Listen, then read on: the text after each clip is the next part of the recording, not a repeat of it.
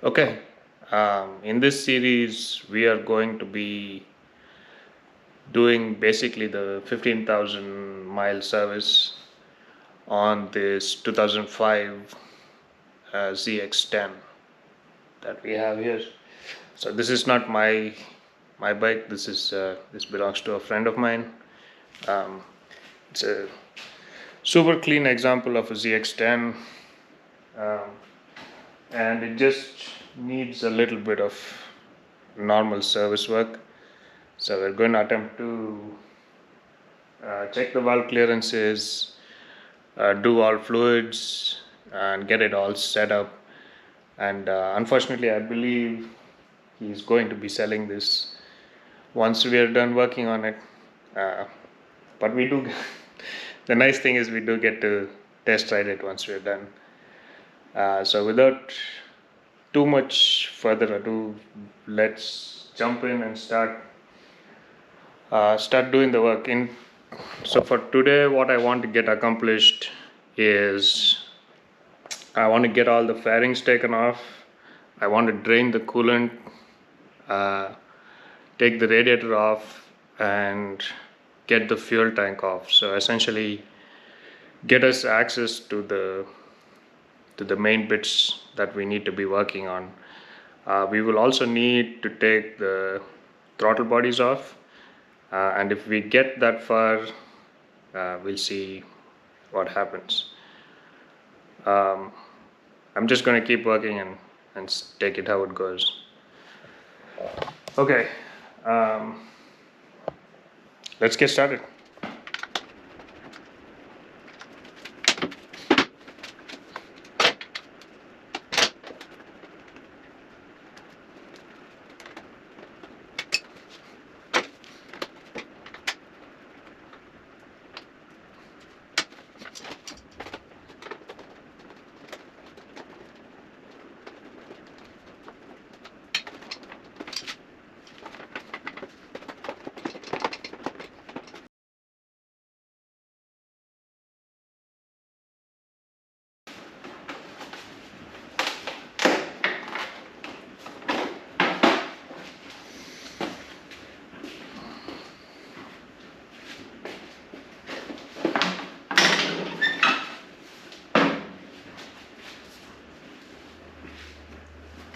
So seems like the easiest thing to do is get the belly pan off separately. It's only a matter of like 1, 2, 3 of these Allen headed bolts.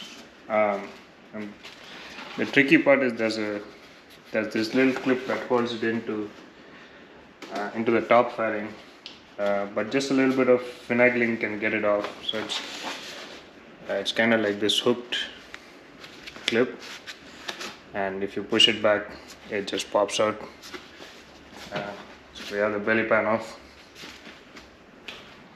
Next, I'm going to try to take the mirrors off, and as you can see right there, it's just a matter of taking 2 of these cap screws off. So I'm going to do that on both sides.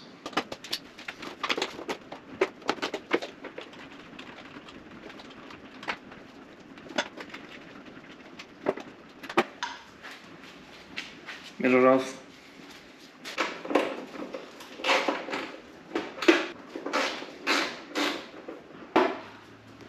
Once you take the mirrors off, under it there is this cap head screw that holds the nose cone to the side fairing that you need to take off.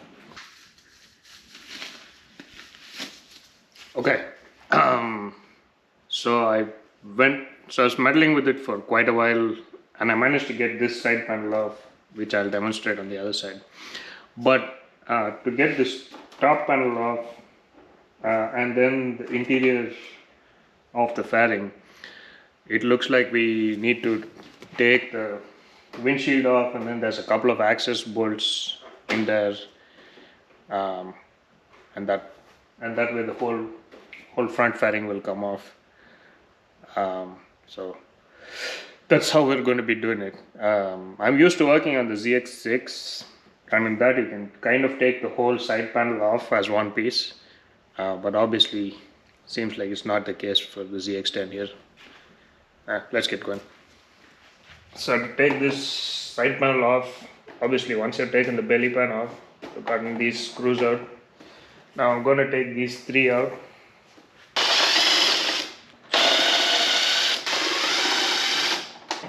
The way this thing mounts is there are three grommets in here, and then there's a couple of hooks that sit here. So there are three hooks like this. Hopefully this is focusing. Yeah, there are three hooks like this down this, and you just gotta sort of pry them off. Be really careful not to damage the hooks while doing this, but they're relatively pretty strong, and you still need to be careful. And those three hooks come out, and then there's a few grommets inside. So if you look from the side, you should be able to see them, and then just use your hand to pop them off.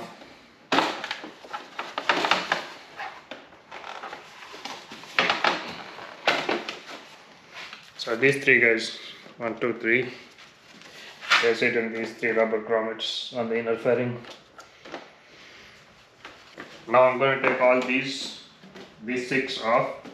The thing to note about this is the 2 middle ones have a nut as well, whereas the 4 top and bottom ones, they are well nuts, so they will remain in the fairing. I've been keeping track, and it seems like all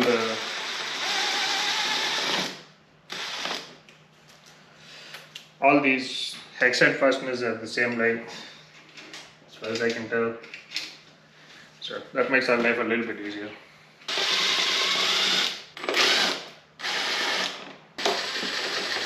So there's also like a little tongue in here that you need to disengage.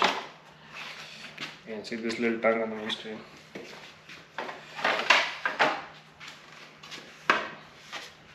This guy just pops out. So there's 3 nuts here that I'm going to take off next. Bolts rather. Next we have to take a few electrical connectors off.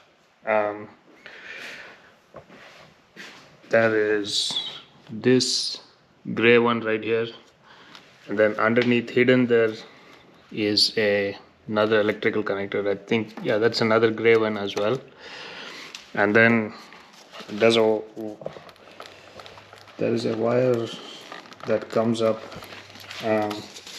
into like the handlebar controls and the ignition switch that is hooked into this clip. You need to release it from this clip because this clip sits in the fairing. And then the other thing you need to do is get this emission canister off its perch here, so it just simply slides out. I did all that just now. Now I'm going to disconnect those electrical connectors, and I think we should be free to pull this forward and take the whole headlight assembly off once and together. So in order to take these connectors off, I found it quite useful to take this bolt off, and there's a little bracket behind, and we get much better access to these connectors, because otherwise it's almost impossible to like reach up in there and grab the connector and take everything off. Anyway, so now I believe everything should be disconnected, so let's try and get this headlight assembly off. Yeah, and that's this big headlight assembly off as one unit. Yeah, I think this just has to be done like this, because I don't see how we would reach these like electrical connectors without taking the fairings off. So this one's probably one of the more painful sets of fairings I've ever taken off. Okay, next I think what I want to do is get the seat and the tank off.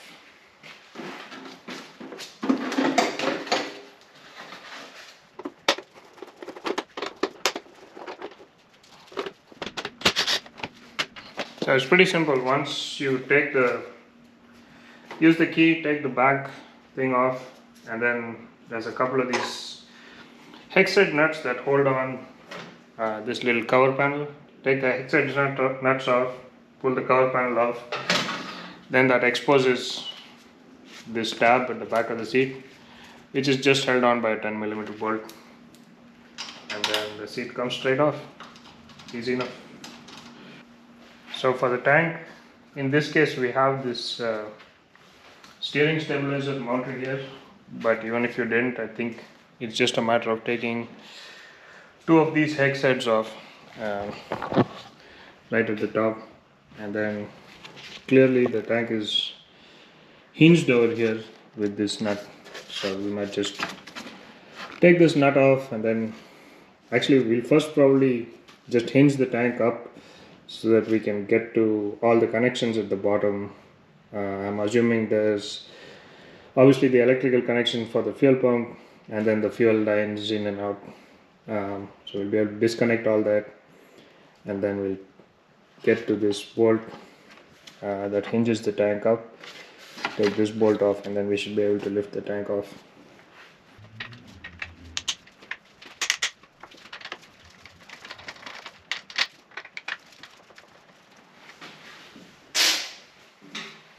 Okay, steering stabilizer is off.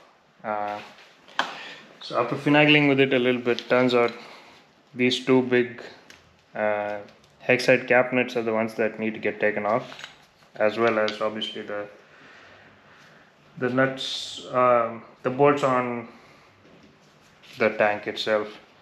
All the rest was just me trying to figure out how to get it off.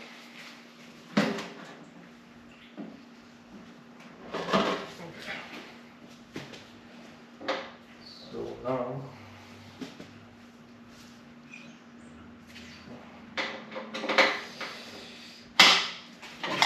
take the side covers off, so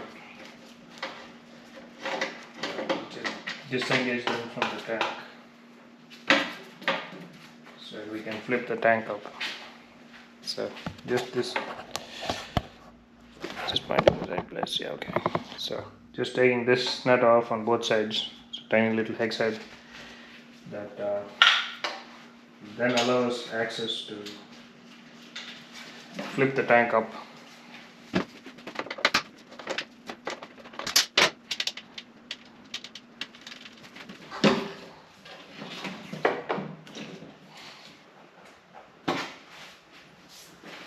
So there's just another couple of grommets that allows me to take the side cover off. Looks like this grommet decided to come with us. We'll put it back where it belongs. There you go. So this side cover is also off. So it looks like this is the connector that sits on. This is the electrical connector for the fuel tank. There's a drain line over here. There's a couple of evap lines on the other side. So let's go ahead and take all those off.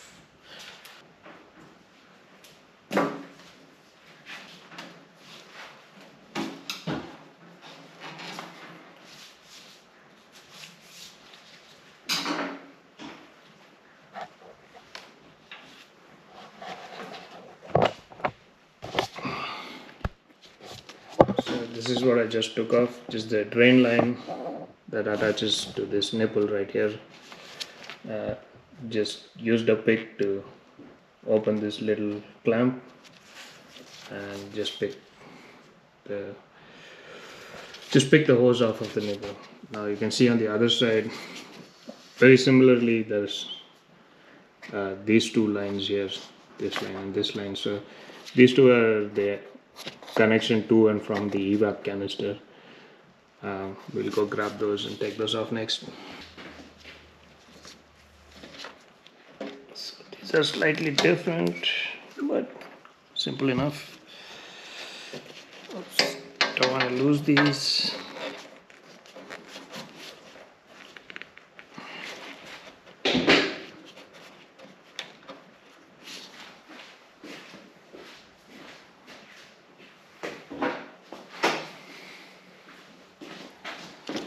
just like the other side, I'm gonna gently put a pick in here, kind of try to push it all the way around so that this sticks in. Let's go. And there we have it. It's released. Same story for this guy. Okay. So before I do anything, I see that this hose has a red stripe on it. So obviously it's easy to confuse which hose goes where. So I'm gonna take my paint marker and mark this right now.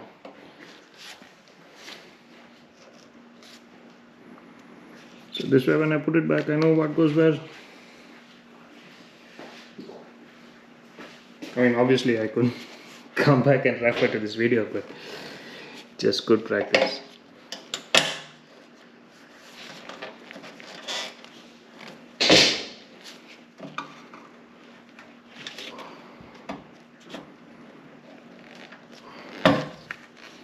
The next thing I'm going to try and take off is that fuel hose connection that you see right there with the red tabs. I'm assuming those red tabs squeeze in and the fuel hose gets disconnected. But before I do that, I'm going to put a rag underneath it because I'm fairly certain there's going to be some residual fuel in there which is going to spill. So let's do that.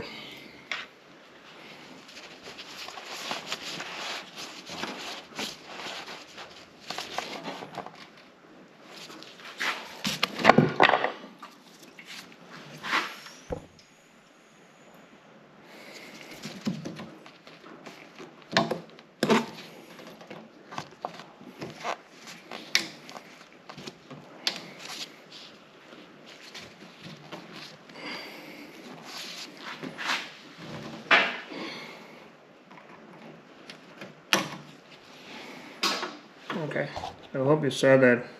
So this orange tab locks in there.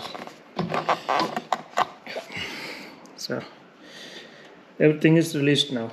So it should just be a matter of taking this bolt off and taking the bolt at the back of the tank off and getting the tank released.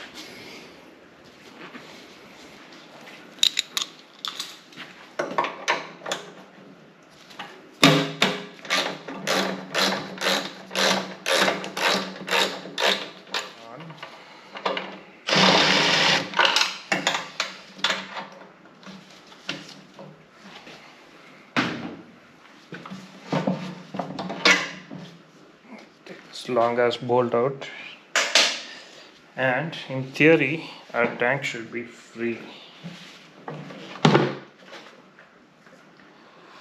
Oops, this connector got jammed in here. Okay, yep, tank is free.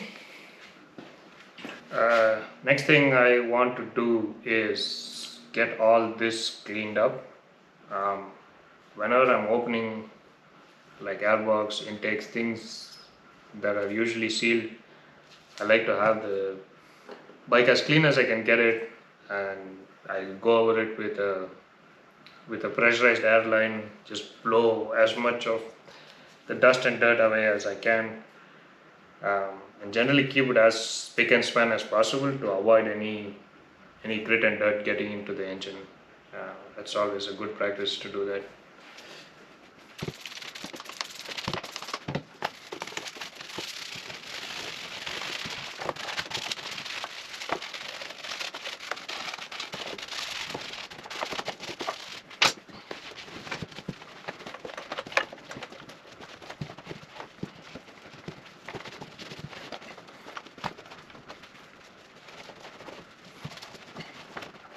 It gives us a good starting point, but we will keep cleaning as we go. This is not going to be the last time I'm cleaning stuff around here. But yeah, I wanted to start because the next thing I'm going to take off is the airbox.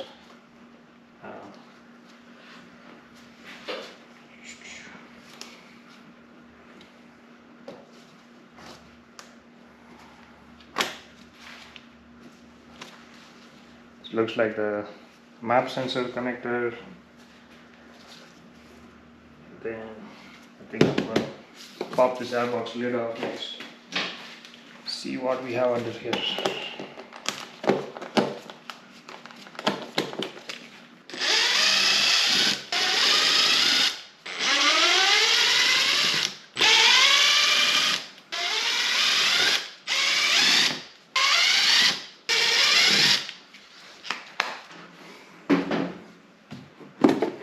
Get our first look at the inside of the engine. Not so inside, but yeah, inside of the airbox.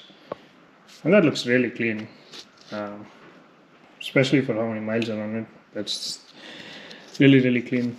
So it means our air filter is doing a good job.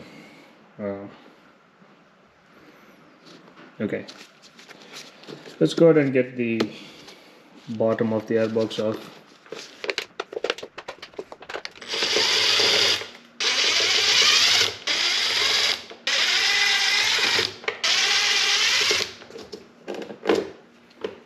So there are a couple of hoses that are connecting to the bottom of the airbox. There's this large one and there's this tinier one. This I think is just drain, if I'm not mistaken. I think this might be the PCV return. So let's get those off.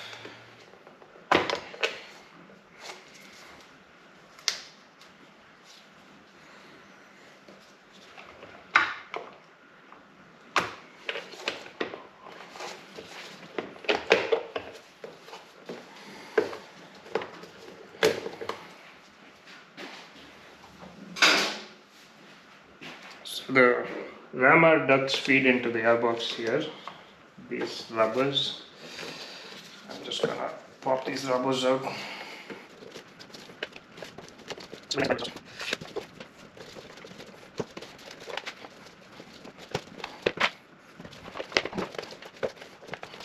the manual, and seems like they want me to turn this housing counterclockwise to get it out.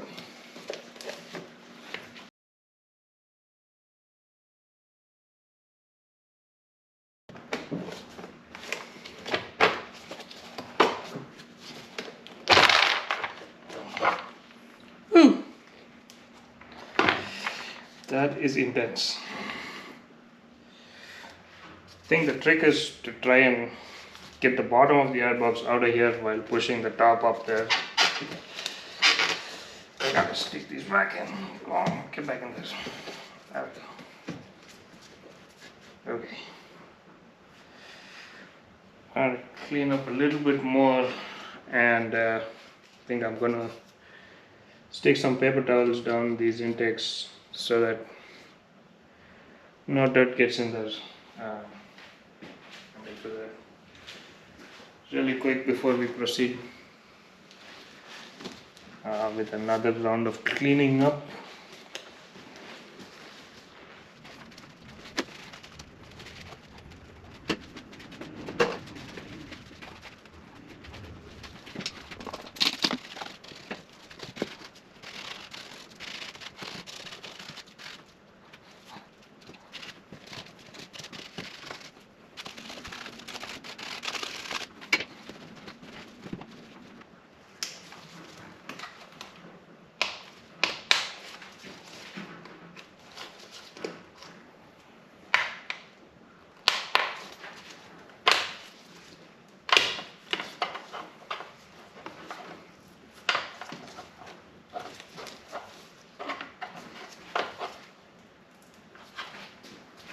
Okay, I'm taking this bottom plate off. I just popped it off the throttle bodies. Looks like it just sits under this gasket. But there's a hose connecting it here, which I suspect is the secondary air injection hose. So I'm going to pop that off. Get this piece of plastic out of here.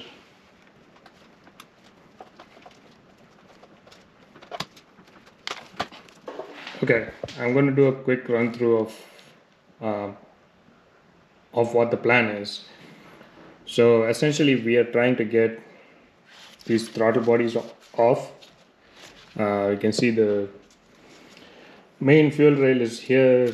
These are the fuel injectors that are connected to it with the gray connectors here, and these wires here are the wiring for the fuel injectors, and these are going to be all taken out as one unit, I imagine. This is like the throttle position sensor, and here's our idle screw right here, I believe. And then these are our coils, and below this like rubber sheet here is our engine head, which if you look from the side you can see the valve cover right here, and there's a rubber sheet above it right here, which we need to get to. We need to get to the valves, and the valves are under this valve cover here. So we need to come from here to be able to access all the valves for the 4 cylinders. So in order to do that, we need to get this throttle body out of the way. We need to take these coils out and the spark plugs and all that good stuff. So a sort of design element of this generation of ZX10 is that this engine mount will prevent us access to the spark plug on the 2 cylinders that are on the ends. So this engine mount will need to come out. We will need to take it off. So that's also going to be part of it. And we're going to have to drain the coolant, get the coolant out of it, because we want to take the radiator off so that we have access to the valves from the front as well, because getting the valve cover out of the top is extremely difficult, as I understand it. So we'll continue with that.